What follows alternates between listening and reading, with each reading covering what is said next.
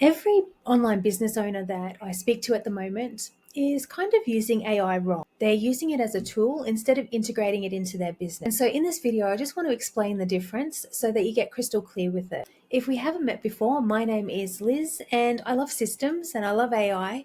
And so I'm going to be helping you to figure all of this out. I currently run my business in 2 hours a day using AI. So it helps me on the back end. So basically my day is divided into two, an hour in the morning and an hour in the evening. Now I do work in between this, but when I'm working, it's on client work. So this runs the rest of the business. So an hour in the morning, an hour in the night and the evening. This video is really to help online business owners that might be stuck at maybe 5 figures per month. Maybe you're tech curious and you don't want to get left behind by AI. And maybe you feel like everyone else is figuring out AI faster than you. So this is going to be a 5 episode playlist. So there are going to be follow-up videos to this one. This one is the first. So if this is helpful to you, make sure that you follow along so I can walk you through the process. I see online business owners who have heard that they should use AI. They have set up ChatGPT, they've pasted in some prompt, they get a caption or something back, they paste it into Instagram and done. And that's their AI strategy. I've also seen people that build custom GPTs and maybe they've trained Claude on their voice, but they're using it as a one-off and it's only when they remember to use it. It's not built into their business. So it may feel productive at the time, but it's really not because it's not something that's being used all the time in your business.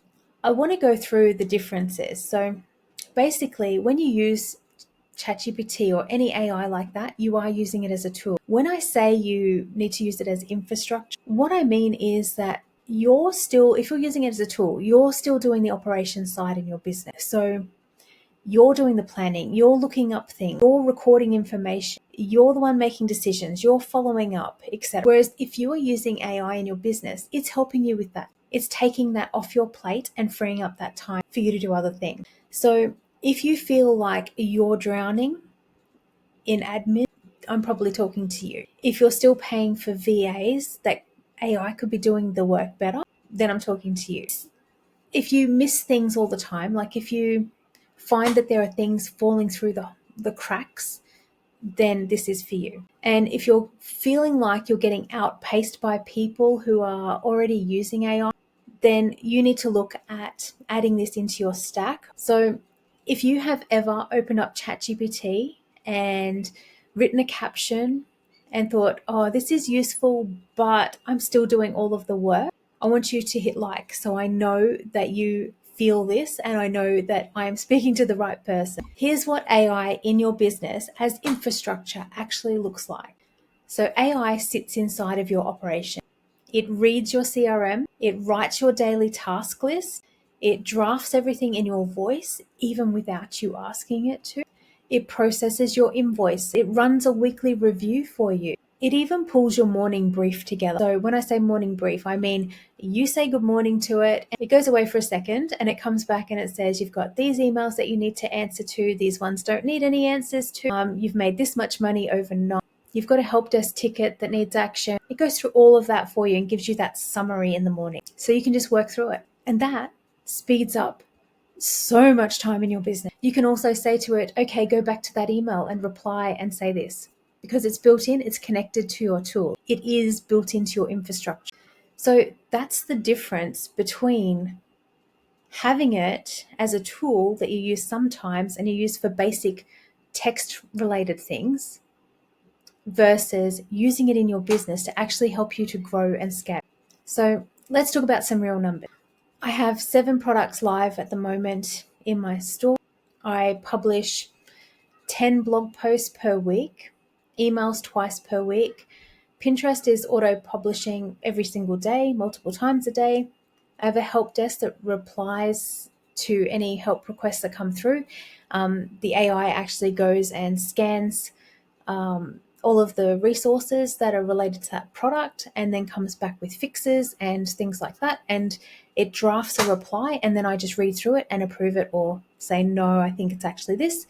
And so that's how all of that works. And so that just streamlines things so much and it allows me to just have that hour in the day, like an hour in the morning and an hour in the evening.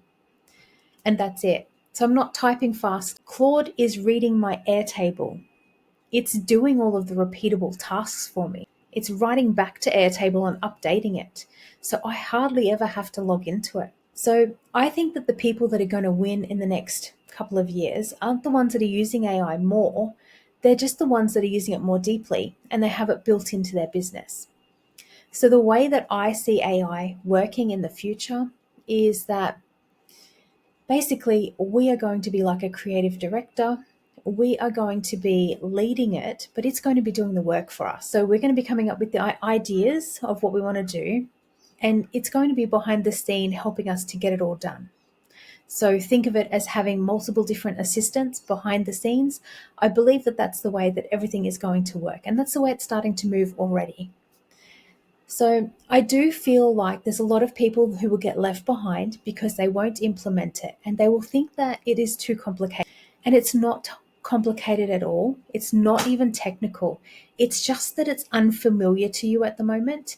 And so I think that if you can get past that and if you can really sort of embrace it over the next coming months, that you'll get ahead of that curve. So that's what this whole playlist is going to be about.